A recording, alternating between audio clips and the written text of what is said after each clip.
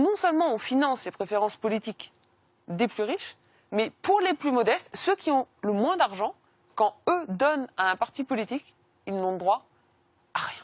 Et donc on a vraiment mis en place un système, on a institutionnalisé un système où ce sont l'ensemble des Français, y compris les plus pauvres, qui paient pour satisfaire les préférences politiques des plus riches. Vous nous expliquez que, certes, ce sont les individus les plus fortunés et même les hyper fortunés qui financent la vie politique, mais en fait, c'est tous les Français qui le payent. Ouais. Alors est-ce que vous pouvez parce que ça, on a un peu du mal à le comprendre. Comment ça se fait? Alors là, ça fait partie des scandales qui sont vraiment sous le tapis, et j'espère qu'en le mettant sur le tapis, on va arriver à une réforme.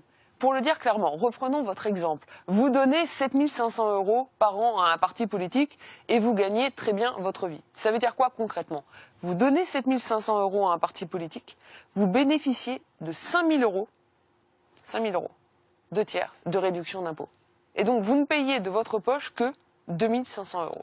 Donc quand vous exprimez financièrement vos préférences politiques, l'ensemble des Français paient 5 000 € pour vous. Ça, c'est la première moitié du scandale, parce qu'il faut quand même me justifier pourquoi on devrait dépenser de l'argent public pour satisfaire les préférences politiques des plus favorisés. Ça veut dire que si moi je donne, comme on en a parlé tout à l'heure avec mon foyer, 50 000 € à la louche pour financer la campagne d'Emmanuel Macron, sur ces 50 000 €, en fait, les 2 tiers sont financés par la collectivité, par tous les Français. Si vous gagnez suffisamment d'argent, oui.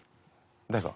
Maintenant, imaginons que vous, il y a 15 ans, jeune étudiant, un peu précaire, vous travaillez, mais vous ne payez pas l'impôt sur le revenu parce que vous ne gagnez pas assez d'argent. Vous payez plein d'impôts. Vous payez la TVA, vous payez votre CSG, vous payez vos impôts comme tous les Français, mais simplement pas l'impôt sur le revenu. Premièrement, vous n'allez pas donner 7 500 €. Vous n'avez pas les moyens. Imaginons quand même que vous souhaitiez vous engager politiquement, vous donnez 300 € à un parti politique. Combien l'État vous donne en échange? 0. 0. Parce que comme vous n'êtes pas imposable au titre de l'impôt sur le revenu, vous ne bénéficiez pas de la réduction d'impôt. C'est-à-dire que non seulement on finance les préférences politiques des plus riches, mais pour les plus modestes, ceux qui ont le moins d'argent, quand eux donnent à un parti politique, ils n'ont droit à rien.